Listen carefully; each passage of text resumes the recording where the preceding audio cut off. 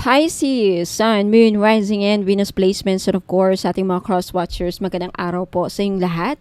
Welcome or welcome back po dito sa Bono Magus PH. My name is Angel Francia Feliciano. Now, in today's video, Pisces, alamin natin kung anong magiging kapalaran ninyo sa buwan ng Pebrero. Now, I'm so sorry if na-delay tayo ng ilang araw, no? So, February 2025, Pisces. Now, i-divide ko itong reading na to into 3 parts. First part is for your general forecast. The second part is for your for your money and career. And the last part is love, relationship, at kalusugan. Now, kukuha tayo ng mga bara para sa magiging kapalaran ninyo, mensahe at gabay for the month of February 2025 for our Pisces, Sun, Moon, Rising, and Venus placements. And first card, Pisces, you have the 9 of Wands. Second is you have the 7 of Cups. Third energy, you have the King of Pentacles. The last energy for your general forecast is the Knight of Pentacles. Mamaya i-explain natin to isa-isa, Pisces.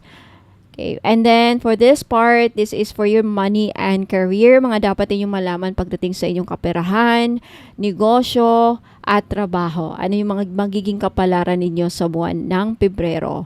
Mensahe at gabay for our Pisces, Sun, Moon, Rising, and Venus placements. Ayan. Pisces, kunin nyo lang kung saan nag-resonate at iwan yung hindi. You have the 4 of Pentacles. Next, you have the 2 of Swords. Next, you have the Justice. And the last part for your money and career, you have the Knight of Swords. Ayan. Mamaya explain natin ito isa-isa. Okay. Ayan. For this part, this is for your love, relationship, at kalusugan. Again, Pisces, this is a general reading. Ayan, so hindi lahat ay makaka-resonate. Kunin nyo lang kung saan kayo nag-resonate, Pisces, at iwan yung hindi. For your love and relationship, ano mga dapat niyong malaman sa buwan ng Pebrero at sa kalusugan. Ayan, first card, you have the Hierophant. Second energy, you have the Page of Wands. Next, you have the 4 of Swords. And the last energy, you have the 9 of Swords. Alright, explain natin to isa-isa, Pisces. Now, for your strongest energies this month, Pisces, first card, you have the 9 of Wands. Marami sa inyo this month, Pisces, ay posibleng mapapagod sa trabaho, mapapagod sa relationship, mapapagod, ma-stress. Kumbaga, kasi ang 9 of Wands, this is a wounded warrior. So, sobrang stress, sobrang pagod, konti na lang, wala na, babagsak ang katawan. So, mag-iingat sa yung kalusugan this month, Pisces, no? Manage your stress, okay? Huwag masyadong magpagod, huwag masyadong mag-isip, iwasan, try to balance your life. And I feel like this month, marami sa inyo, Pisces, you are setting strong boundaries. Okay, you want to make sure na may mga limitation kayo. Okay, you are, kumbaga, gumagawa kayo ng fence na you just want to protect your energies, and I feel like you want to make sure na pinoprotektahan mo ang sarili mo at the same time your energies, your vibes. Ayan, you're protecting your vibes from mga evil eye. Okay, next energy, you have the 7 of Cups. Marami this month ang mga opportunities na darating para sa inyo, Pisces, but make sure kung ano mga opportunities na yan, either sa love, relationship, business, money opportunities, financial opportunities, job opportunities, make sure na you're making the right choices. Make sure na tama ang ating mga desisyon especially pagdating sa ating mga finances, make mga financial decisions. Ayan. With making decisions, make sure na tama. So, may mga opportunities, kaliwat kanan, but not all of these opportunities are true or totoo. May dyan, pagbukas mo, ahas. May pagbukas mo dyan, nagbibigay award. Meron dyan. Maraming opportunities para sa iba't ibang aspeto ng buwan ninyo. But make sure na these opportunities. And of course, make sure na talagang hindi lang ito, kumbaga, ilusyon lang lahat. Okay? Ayan. Next energy, Pisces, you have the King of Pentacles. Okay? Marami sa inyo this month, Pisces, ay focus sa money making. I think marami sa inyo ang mag-grind this month, and marami din sa inyo, Pisces, ang may potential na makaka-accumulate ng maraming pera. Okay, King of Pentacles is an energy kung saan magaling sa negosyo. If ever may negosyo kayo, Pisces, this is a sign na malakas ang kikitain ninyo or malaki ang makukuha nyong pera. Okay, masagana. Marami kayong mabebenta or maganda ang pasok ng pera sa inyo pagdating sa negosyo. And I feel like this month, Pisces, there's also a need na mag-ipon. Make sure na ang budget ninyo na ma-manage ninyo ng mabuti. Pera ninyo na ma-manage ng mabuti. Or this is an energy where you are making sure na yan ang talagang mangyayari. But definitely, I feel like marami sa inyo ay may financial plans this month. Okay, talking about financial plans, lumabas ang Knight of Pentacles. I think marami sa inyo, Pisces, this month, you want to make sure, I think you're planning. There's also a plan, no?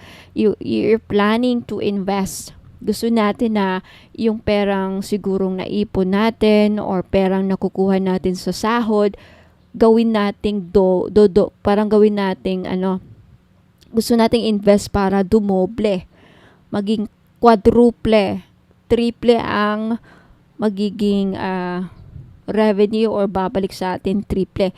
But make sure when it comes, ang Knight of Pentacles energy kasi is also nagbibigay gabay kung saan pag-aralin kung anumang mga papasukan ninyong negosyo, investments, any financial decisions this month, Pisces, make sure na pinapag-aralan ninyo. Make sure don't make rush decisions. Yan ang sinasabi ng Knight of Pentacles. Okay? Napunta tayo sa inyong money. Money matters. Now, you have the Four of Pentacles. I think this is an advice. Payo ito na this month, Pisces, mag-ipon ng pera.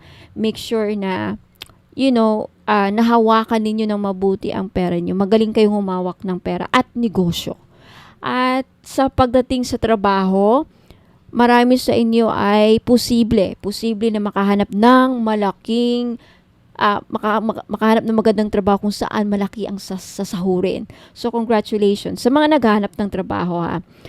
When it comes to negosyo, this could also mean na malaki ang kikitain ninyo kaya marami kayong makukuhang pera. This is a sign, a confirmation na magiging okay ang negosyo ninyo this month sa may mga negosyo. When it comes to money talaga, some of you, yung mga walang negosyo, mag-ingat, make sure na this month nababudget ninyo ng mabuti, walang extra gastos, iwas sa mga hindi priority dapat binibili. Now, you have the Two of Swords. This is an energy, Pisces, kung saan I feel like marami sa inyo this month either hindi na alam anong gagawin sa pinoproblema sa pera at trabaho or meron kayo may opportunity, job opportunity pero hinindian mo or hihindian mo or i-reject mo or also an energy kung saan you are undecided. Not sure kung either sa takot ba to or hindi mo lang siguro magustuhan yung mga perks. Ano yung perks? Yung mga dala sa trabaho. Siguro kulang sa benefits, kulang sa sahod, kaya undecided kayo. It's really nice to weigh your options before making any decisions. And this Two of Swords is giving you a message, advice na trust your gut feelings, trust your instincts, pagdating dyan sa mga desisyon sa trabaho, negosyo, or pera. Ayan. Next, you have the Justice. When it comes to money, make sure na talagang nababalansin natin this month, no, ang gastusin.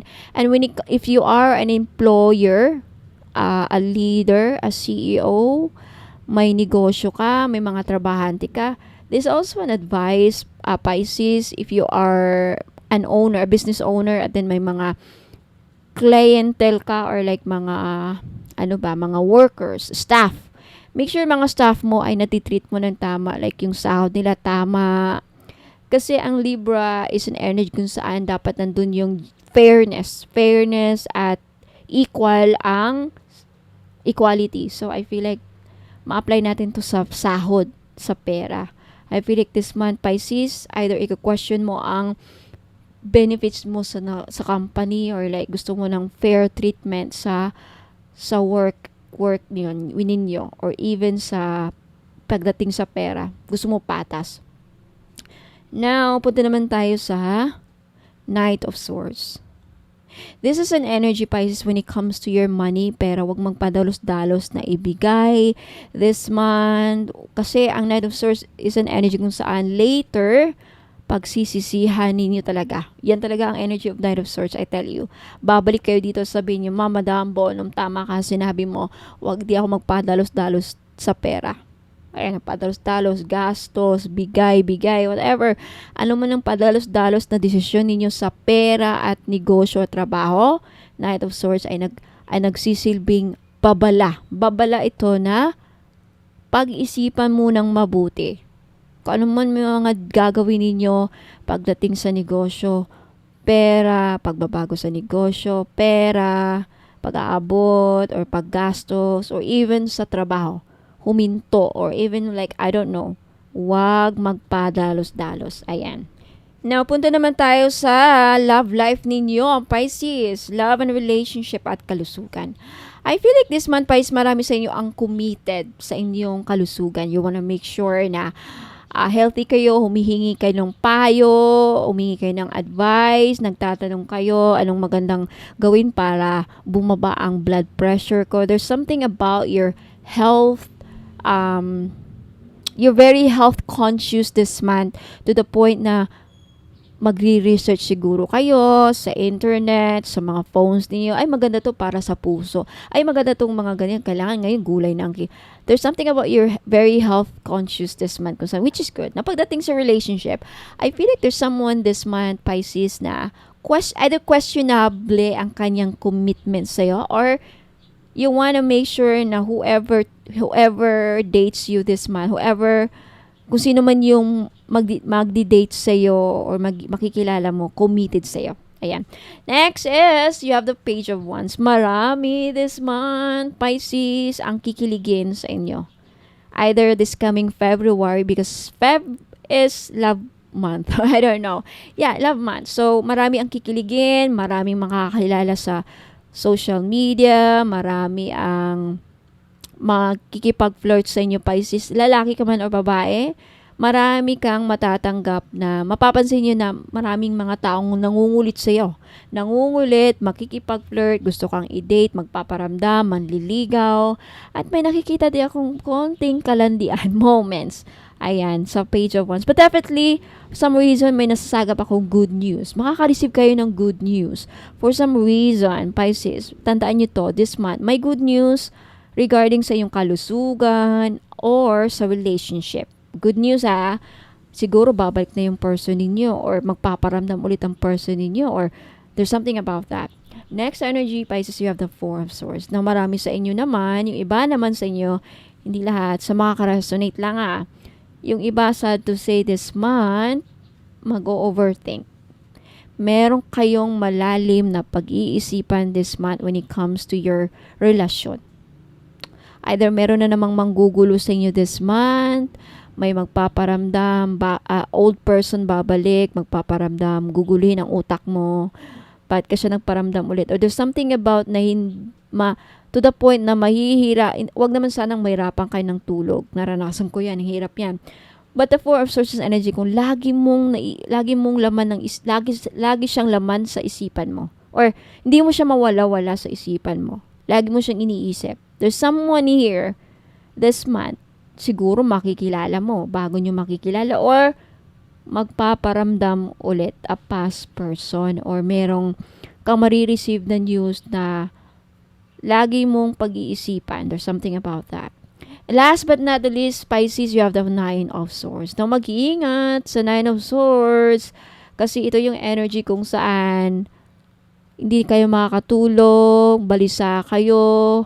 Maybe this month, Pisces, yung iba sa inyo maguguluhan sa pag-ibig. Either makaka-experience ng problema, may poproblemahin sa pag-ibig. I don't know specifically.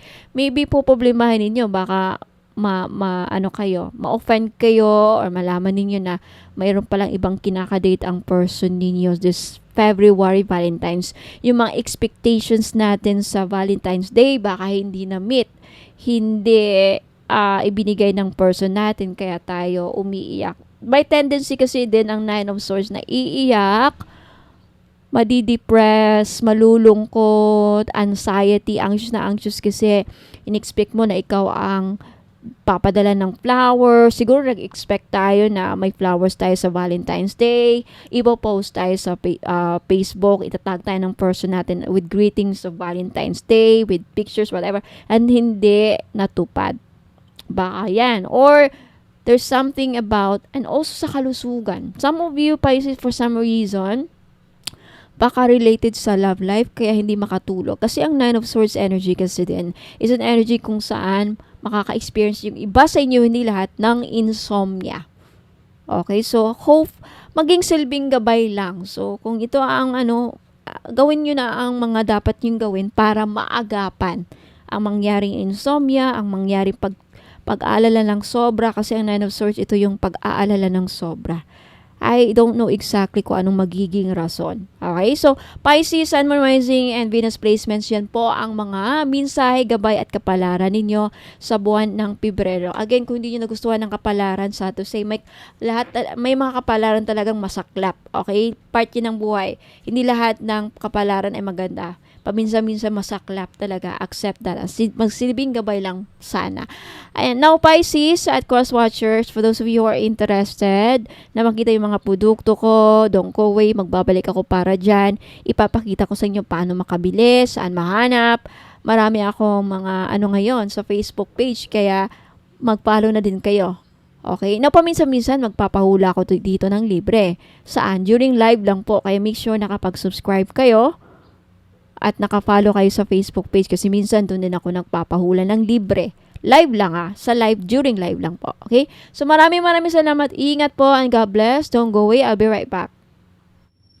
Ayan mga madam and sir, sa mga interesado pong malaman ano yung mga binibenta ko. Okay?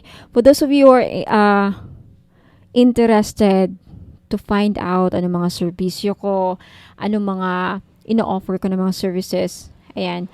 So, mag-visit lang po kayo sa website ko, which is bonomagos.com. Ayan. And then, sa bungad ninyo, makita nyo itong Shop the Collection. Ayan, basahin nyo yan dyan para may malaman kayo kung hindi nyo alam paano bumili dito sa mismong website. Ayan. Ito yung mga produkto ko so far. Okay, may mga pagbabagong mangyayari by the way dito. Okay. Yung 18 gold-plated crystal necklace, ayan, hindi na yan. May bago na. Okay. And I will make some mga improvements dito every now and then. So, kung anong mga nakita nyo dito, ito yung mga ilan sa mga binibenta ko. Ayan. I-click nyo lang yan if ever ito yung gusto nyo makita. 60 train. Ayan. Makikita nyo dito yung price. Ayan, 1.7. And then yung description niya, yung benefits niya. Ayan. Okay. And hanggang sa dulo basahin nyo, baka ayan, pati yung instructions andyan din. And then mag-back lang kayo again. Ayan. Meron pa dito. May mga changes na mangyayari. Okay? Yung iba dito madadagdagan. Ayan, meron ding Dragon Blood Smudge Kit. Ito yung pang-cleanse. Nagbibigay ito ng blessings, by the way. Okay. Yung price niya is $4.90. Dalawa na. And makikita niyo dito sa navigation, yung dalawang linya na yan. I-click nyo lang yan. Lalabas yung mga menu. Ayan yung mga pages. You have the frequently asked questions. Kung may mga katanungan kayo, baka nasagot na dito. Kaya basahin nyo yan. Walang COD. Ano yung mga rituals na ginagawa ko dito. Gaano ba ka-effective or yung effectivity ng item. May gusto kayong malaman. Andito na ang sagot. Mga expiration, kung may expiration ba. Ayan, walang refund dahil sa mga ritual. And if I ship outside the Philippines, basahin ninyo ito sa mga OFW na tag-ibang bansa na interesadong bumili ng items sa akin dito. Ayan. Or ilang days ma-receive yung order. Ayan mga questions. Anong courier ko? May discount ba? Babaguhin ko pala yan. Wala nang freebie, okay? Walang discount. Ayan, yung about me, titignan nyo din dito. Baka interesado kayong malaman. Ayan, anything about me. What does Bonomagos means? Ayan, na-explain ko din dyan dito sa website. Basahin nyo na lang po, mga madam. Yan po ako. Yung pagmumukha ko. Anyway, about me. Ayan. Saan ako nakatira? San Fernando City, La Union po. Ilocos Norte Province. Yung aside sa products or biography, iba din yung I'm also, by the way, I'm a member of the association, Spiritual Integrity Association for Special Integrity sa America. You can search their website. Ayan. Yung mga profession ko, mga trainings na kinuha ko, ma-explain po dito. Basahin nyo lang dyan.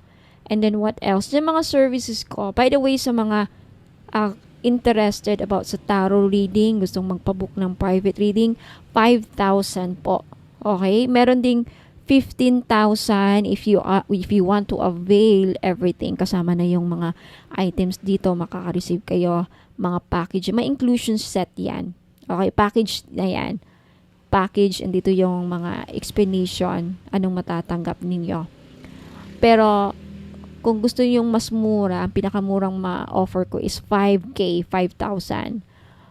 And what else? Dito yung blog. Okay? Mga blog ko. Yeah, kung interesado kayong basahin, ayan. What else? Prayers. Ayan, kung may mga prayers din ako sa All-in-One Red String Prayer. If you are interested to perform a personal prayer. Pero, actually, dadaanan na sa ritual yung mga items eh. But, if gusto nyo lang na kayo mismo mag-ritual para sa mga sarili nyong item. Now, for those of you na gustong magpasama sa prayer ritual, libre lang po. Okay, dito kayo mag-submit sa free prayer ritual page. Ayan, click nyo lang yan and then lalabas po dito yung ano ko is mga psalms. Ayan, and then ito basahin nyo dito. Basahin nyo lang yan and then isulat nyo dyan yung name ninyo, first name, last name, yung email ninyo, yung phone number at yung prayer request ninyo and then click send. Okay, libre yan sa gusto. Okay, I think ayan, Facebook page. By the way, sa Facebook page ko mga madam, dito po nakalagay yung mga ibang items na minsan kagaya niyan, nawala sa website. Yung mga dito nakalagay sa Facebook page ko, ito yung mga limited stock lang. Okay? So, follow na lang if you are maybe interested pa sa mga ibang mga ano ko. And minsan dito ako